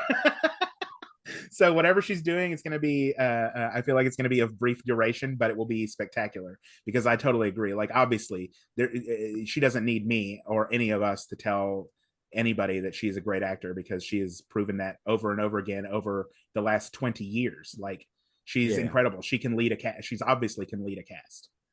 She was in the really good Netflix show about sadly it only got 1 season, so it was like a modern telling of Zeus, and oh god, I wish I could remember. Was it the Percy Jackson? No. It was Jeff Goldblum as Zeus, David Thewlis as Hades. Oh, she was in that. She was the Oracle in that. All right, she was really good. I mean, it was only a small part, but she was really good. Yeah, I can't remember if she was in the first season, but she's also going to be in the second season of the Netflix Wednesday Addams show. Oh, okay. Because she started posting that like 10 minutes after this episode ended. It's like, oh, I got to start promoting the next show. Well, and she did the thing about being the she's famous and she's in social media, and then she tweets the wrong thing. Oh, and it was a sitcom. It was a comedy about her trying to hire somebody to fix her. She's basically being a parody of being a celebrity and like how stupid they are. And she's not a stupid celebrity. She's a very smart woman. Mm-hmm. All of this is her entire career is all of her making the right choices. Like, I became a pop star because that allowed me to become an actor. I think people forget how much of a revelation she was as Rose in that first one with Chris Eccleston. My only kind of about it is that she was so good as Rose from the get-go, because she's kind of synonymous with the history of modern Doctor Who now. Yeah. I don't find it surprising that the Doctor would eventually stumble on her face during a regeneration at all. She's so important to him. She saved him, especially after she was the Moment for a while. Yeah, and that was a completely different character. See, and she did it as a completely different character, because I thought it was going to be everybody. I went into. Do we need to see? And I went, oh. She's acting. She's holding her own with John Hurt. Fuck that, man. Go, girl. I just couldn't believe that they kept that a secret. Like, I know that there were rumors and mumblings, but like, I was so surprised. I was so Yeah. taken aback. I was surprised by Jodie. I was surprised by everything, and that's nice because I've not seen a single spoiler for this season, and that has made it much more enjoyable as Yes. a fan to just go Yep. in not knowing where we're going Yep. and have to just watch Doctor Who like I used to And to as a be able kid. to bypass the months of insane fan speculation about who the next Doctor is going to be. Again, they didn't say that that's her. Doesn't matter. Like, I just love that it We caught me saw something completely by regenerate surprise. into it. We saw the regeneration. There's no quick get out of that. I just wish But at it the just same didn't say. It time, just said, "And introducing Billy Piper." introducing Billy Piper. Not that we need an introduction to Billy Piper. We're Doctor Who fans for crying out loud. Yes, I think she will be remarkable, and it will be a very different performance to Rose. Yeah. Because she's not playing Rose, she's playing the Doctor. And if Yeah. anyone's capable of playing more than one character, it's certainly Billy Piper. She's been So a many things. solid sort of I don't want to say celebrity, but a solid actor for She the is, yeah. last 20 years now, pretty much. And that's what she's focused on. That's what makes me so confident in her. She is focused on her as an artist doing different things. And that's how you become. I don't like using the word artist. You know, And I also you're an feel actor very, or whatever, but I very think she comfortable. is. I also feel very comfortable that RTD has put away the toys for this era, and that whatever we're going to get next is going, like, this is the other thing that I think is great about what RTD has done. And I don't know how many people are thinking this or talking about this, but like, you know, what we were talking at the very beginning about, like, that Doctor Who changes every once in a while and there's a different format, and we have to, like, I feel like he did an experiment with Ncuti, and he did an experiment with the DT special season. Like, the DT specials were different than what we got with Ncuti. What we're going to get with Billy Piper for however long that's going to be, I feel like it's going to be a different narrative, and I'm very excited about him being able to reset his own era and to say, look, this is going to be another stepping on point for somebody new. Yeah. And I think that that made me seeing the rumor, I thought the people were stupid. I went, that's a dumb idea. It's a dumb idea. And I've said that before. And you know what?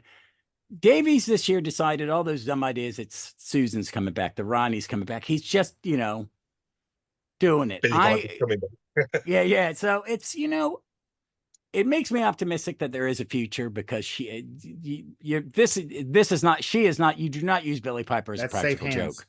Yeah, but you don't use her as a practical joke to have it be. But we don't know what's going to happen. But in my mind, in the background, what is happening is they've not just decided, they just don't know. Bad Wolf, BBC, Disney, they don't know what they want to do yet. And that's why we don't have a decision. They're going to do something sometime of some sort, whatever it is in the future, but they just don't know now.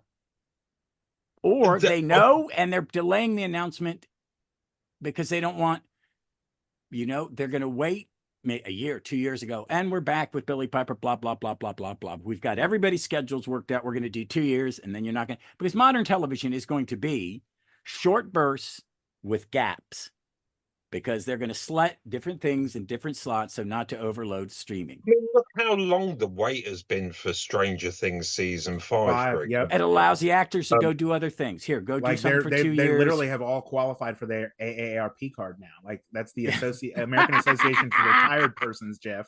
Like, they're literally in their 50s.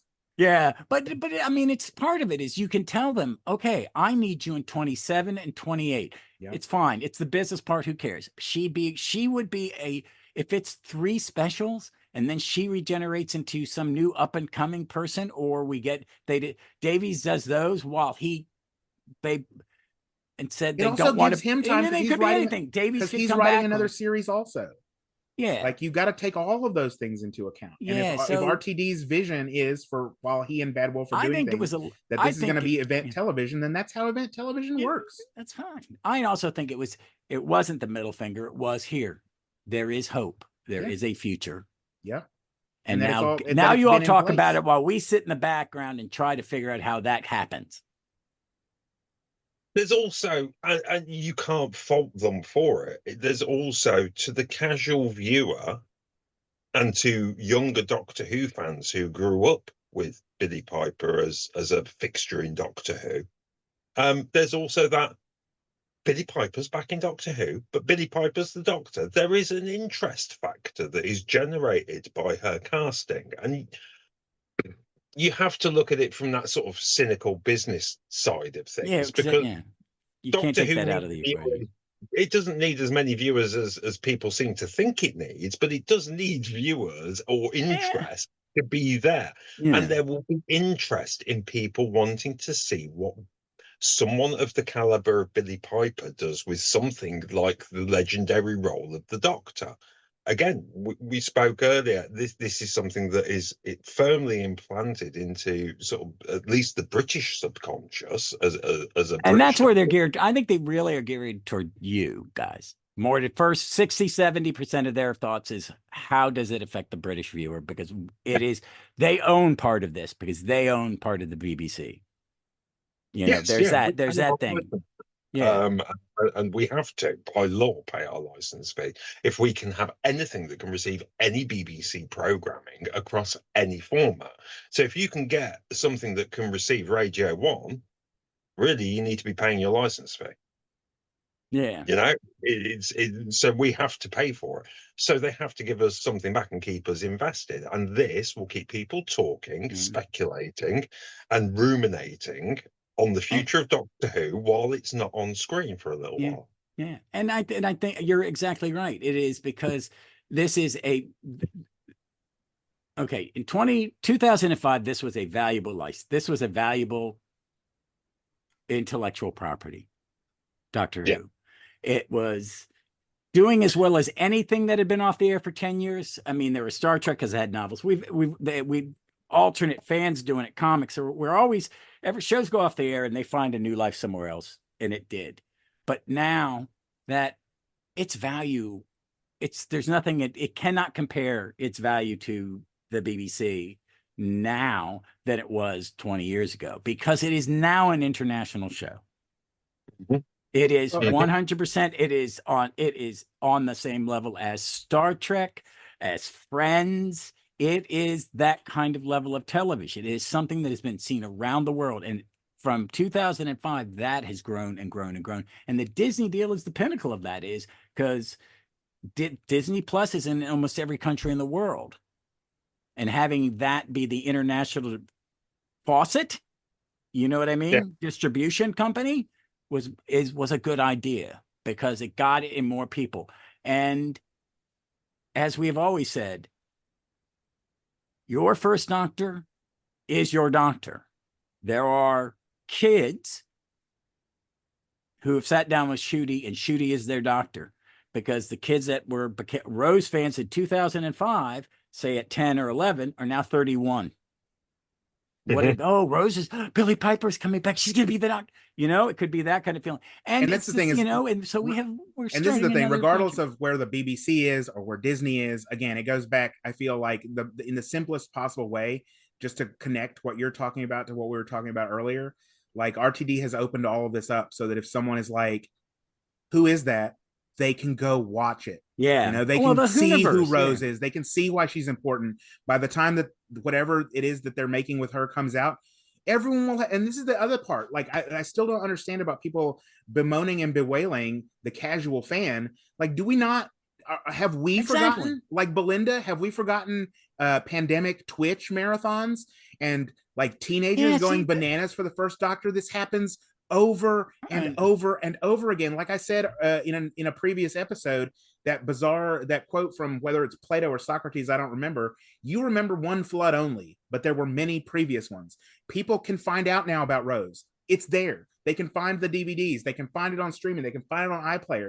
They can find out who Doctor Who YouTube channel now, after every single episode, puts on, here's 30 minutes of Omega's greatest hits. Like, it's available to you. You can find it. Like, it's, I don't understand. There's no problem here. There's no such thing as a casual fan. They don't matter. Like, you either like it or you don't. You can go and find out stuff about it. Google is right there. If you need chat flipping GPT to tell you who Rose Tyler is, then do that. Like that's what the youths are doing these days. Yeah, see, and that's what matter. I think you're 100% right, because part of what Davies and Bad Wolf and BBC and Disney did was more take Disney out of it. BBC and Bad Wolf said, because Bad Wolf says you need to put all of the old shit in one place for the UK. Yeah. That is what is missing. You have never done this. I mean, that had to have been part of, because they were a big part of this, the whole iPlayer Doctor Who thing. Is everyone else in the world can go and look at every fucking Star Trek that's ever been made. They may have to look on different things. It's out there. You do not do this. Yeah. There is a revenue stream you're not seeing. So why don't we help you make more money? You know, so I think you're right, Melvin. I think that's the larger point. They know they can pause it for 2 years, because there are 10-year-olds who go on, can I watch Doctor Who on the iPlayer? And their parents are going to go, oh shit, yeah, watch it all day long. It's safe. Fucking watch it. You know, and they can binge it. They can watch it. They can learn about it. Her dad finds out, oh, my 6-year-old liked this. I'm going to sit down and we're going to watch, you know. So let's get the newer fans, give them some time to watch some old stuff, catch up with the rest of us, and realize, like with the Twitch, which the first Twitch was one of the greatest things that ever happened to this franchise, because you saw 20-year-olds who weren't rude, but they made fun. Oh, no, it's old Who. I'm not going to watch it. I'm not going to watch it. It was a phenomenon. And the first Doctor went from like everybody's favorite Doctor, number 8, number 9, to number 2, 3, 4. You know, there are 25-year-olds or 30-year-olds who started with Billy Piper and Eccleston, but did Twitch and went, oh, I think I kind of like William Hart no more. People who just came in with Twitch, or people who just came in with Ncuti. Like, this is the thing. Like, you know, you were saying at the beginning about the whining fans on the internet, and like, what they're not seeing is the bigger picture. Not only not of Ncuti's era and the season, but of RTD2. Like, I've seen so many people just bad mouthing RTD into eternity, saying like what he's done to Doctor Who. He's given Doctor Who to everyone. Yeah. You know, that is I don't think that is something we can overlook. Yeah, there are some fans out there though who don't like it being given to everyone, and that's the sad fact. Bananas. Yeah, and that's absolutely like, crazy. They want it to be theirs and theirs alone, their own, they're precious. You know, it go back to Lord of the Rings. Yeah. Well, I mean, that's what really kind of. I don't, you know, I'm off of X, and I post what I post. I don't post a lot, and I don't jump into certain conversations because it's a shithole. The social media. I think Blue Sky is great for me for comics and Doctor Who, and I'm fine. I stay off certain feeds. But I was noticing this morning, now that I'd watched it and was rewatching, I wanted to see what general reactions were, just scrolling. And it triggered me. And it was coming from every generation. The level of gatekeeping, the level of this is my Doctor. It's like, I thought we were getting past this. And it made me sad, because I have enjoyed these last 2 years and doing these last 2 seasons with you guys. Yes. Because even if I fucking hated it before we started our conversation, it made me want to go rewatch it again. You know what I mean?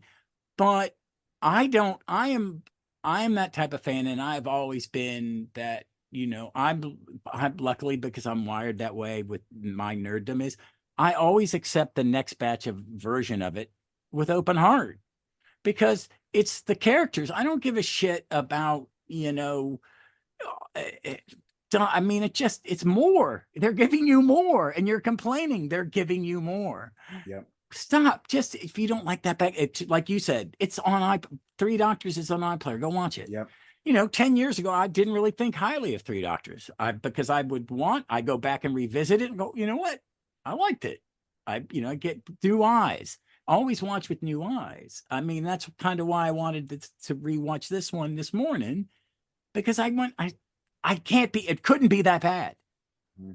It couldn't be as bad as I felt it was that first viewing. And then you weren't paying it. This is on you. You missed something, blah, blah. Oh, okay. I still have nits to pick, but it's so good.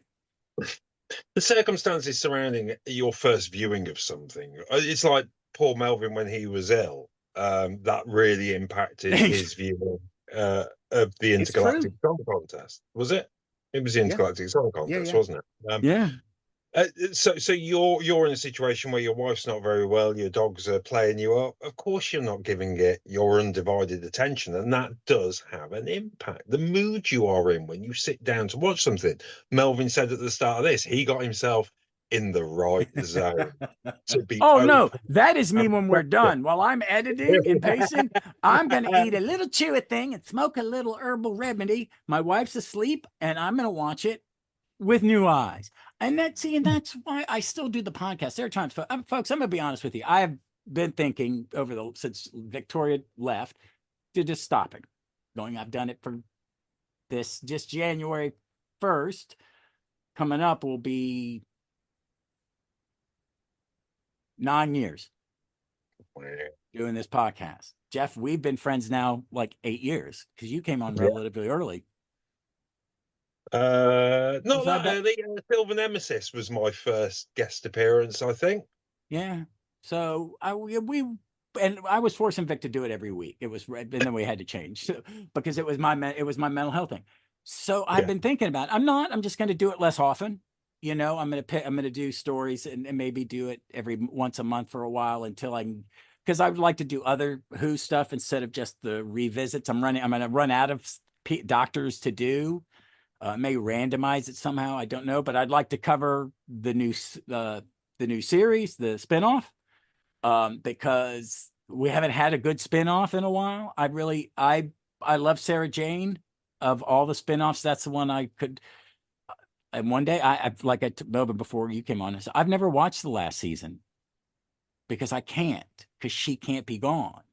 There's a little grief. Vic had to check on me when she died, and on the anniversary of her death, I will watch a CBC video trim it where it's got Elvis Costello singing "She" and have a fucking good cry because I don't want her. She's not gone because I watch her, and so there's a monkey knocked her action figure off the shelf this morning in a vicious attack. That cats will do. But I mean, it's just I've lost my train of thought. But it's You were talking about scaling back the podcast. scaling back, and just find other things to do, like have conversations like this about newer things instead of just stuff like that. And I think that's I mentioned it is because Davies, he did a wonderful job making it. Not that it wasn't interesting, but like I've done this a while, and then it's like, this is new, this is fresh, this is different. Thank you. Now I want to watch Doctor Who because I haven't been watching as much Doctor Who, and it's like, I watched one of the Blu-rays out. This is making me want to go back. And, someone posted the Omega audio. I'm listening to that this week. At some point, it's getting listened to because I forgot that one. I want to get that back in my head because it's so good. It's like, sometimes I'll see something and I want to go back and listen to like the Dalek Empire of the Dalek audios and stuff like that. I like it to be refreshed. So I think they've done that. And I think fans can just take the time while it's gone. Learn something, watch something you didn't watch. You may not like it, but try it. Well, that was going to be my recommendation, actually. My recommendation would be, we've got a bit of time again. Just delve into bits of Doctor Who that interest you. Just utilize what is available to you because it's there. And you don't have to wait till 7 p.m. on a Saturday night to watch it. You can watch it whenever you jolly well feel like. And some Doctor Who's are more suited to a Sunday afternoon. Some Doctor Who's are suited to a rainy Monday evening. Some Doctor Who's are suited to any time at all. Just indulge in Doctor Who. Enjoy it. Enjoy its history because it's a rich history. It's a consistent history. It's consistently inconsistent and it's wonderful. And there's so much more than just the TV show. There's books, there's audios, there's comics, there's everything. There's fan art. Just seek it out. Just roll yourself around in Doctor Who and just be all. I love it that the YouTube page now shows you can watch old school Doctor Who and not have to have BritBox. And that's free. And sort of tying both of those things in, this is the last thing that I've got is like, Yeah, no, Ross, I think you're completely justified in, like, if it needs to be a public statement that you're going to scale back the podcast, like, you should do it when it feels right. I want to shout out to Dave Rennie of A Kettle and Some String, who also said that he's ending his podcast, which I was lucky enough to go on twice to celebrate two of my favorite things, which were, I did an episode on War of the Sontarans with him, and an episode on Eighth Doctor audios, which are, again, two of my absolute favorite things in all of Doctor Who to talk about. And he gave me, the chance to talk about those things for hours. So I wanted to congratulate Dave on a great contribution to the Doctor Who fandom and his continuing journeys. And yes, I think it's a great idea for you to do with your podcast whatever you want, Ross. Like, it's your podcast. Yeah. Well, no, it's just I said no, I get it. I totally get it. I totally get where you're coming from. And it's just, again, I'm sorry, go ahead. I've been watching the show since 1977. Yeah. Well, that's the thing. Again, it doesn't have to be every week. Like, not every podcast has to be every week. No. Not every podcast has to be every month. Like, this is so great. And again, I wanted to say that I said it last week, and I'll say it again, because Jeff just said it, and you said it, Ross. Like, it has been such a pleasure to do this for the last 8+ weeks, to do this for the last 2 seasons. I thought that was the other thing that came into my mind the moment that the reality war ended the first time I watched it. I'm like, what a joy this is going to be to talk about this with y'all tomorrow. Like, I'm so glad to have had this forum, to be able to talk to y'all, to be able to have talked to the folks out on Blue Sky. Thanks again to Millie, who I think has listened to probably every single episode we've done. Yes, thank Ian's you, Millie. out there. Thanks to Mark, at obviously the major domo of the Trap One podcast, for always sharing our episodes. And he sends me a note and he says, listen to it. And I'm like, it just makes me so thrilled to have been able to have been a part of this conversation during this, to have this era. Like, this was brilliant. And I'm just absolutely thrilled for that. And then again, what Jeff said, like, I'm so excited now for all of the other Doctor Who that's out there. I'm so excited, I said earlier, for Jodie audios to start. I'm so excited for an entire new season with Billy Piper and Kit Eccleston on audio that's coming as well. Like, I forgot about those that. are in my pre-orders. Like, I'm so excited for new McGann audios. Like, there's so much Doctor Who out there to, like, the Ronnie, I think she says in this at one point in this episode, to like or was it may have been one of the people in the behind the scenes. I think she was saying that she was happy as a pig in poo, like wallowing around in Doctor Who. And I'm like, yes, this is felt like that. So again, I just want to say that I'm grateful to you and Jeff, Ross. I'm grateful for you inviting me here on the podcast. I mean, thrilled for whatever weird circumstances made it so that the three of us were here, and whatever bizarre slipstream we wandered through, so that even though Jeff's computer stopped working, he could use his phone. Like, this entire era, it's felt like we've gotten through on chewing gum and chicken wire, and I couldn't have been more thrilled about it, because there's nothing more Doctor Who than that. Guerrilla podcasting in its truest form. Yeah. Well, I agree with all of that. Ross, your podcast has always been a joy to me. It's one of the first ones I ever discovered, and I listened way back when, and it interested me in doing podcasts. And you can do whatever you want, like Melvin says, and I will always be willing to pop up if you need an extra voice, and I'm sure Melvin is the same.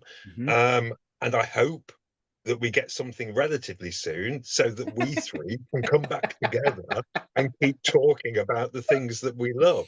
And you guys have given me a different understanding of my own fandom, and for that I am endlessly grateful. And to all of the listeners who have put up with us and listened to us and chimed in and given us their feedback and wanted to join in those conversations, it makes it feel very, very worthwhile. So thank you all. Thank you. Thank you, folks. Before we this one's gone long, so my recommendation, I think all of our recommendation is just please just keep watching Doctor Who in all its formats, or read the comics. I'm like the Titan comics. Big Finish, check them out. Oh, there's all these things. Keep watching Doctor Who, because it's the fans are what keeps it alive, and broaden your taste. Come broaden your palate. If you haven't tried Old Who, try it. I bet you'll find something you like about it. Just and then I think people get intimidated by Big Finish. If you have a favorite Doctor, just focus on them because you'll enjoy it. Like I am very focused. I have no money. Very focused on who I listen to. So there's a lot of stuff. And hey, folks, we'll be back. The show will be back next month. I just don't know what it will be back as quite yet. And as always, we look forward to seeing you somewhere in time or space.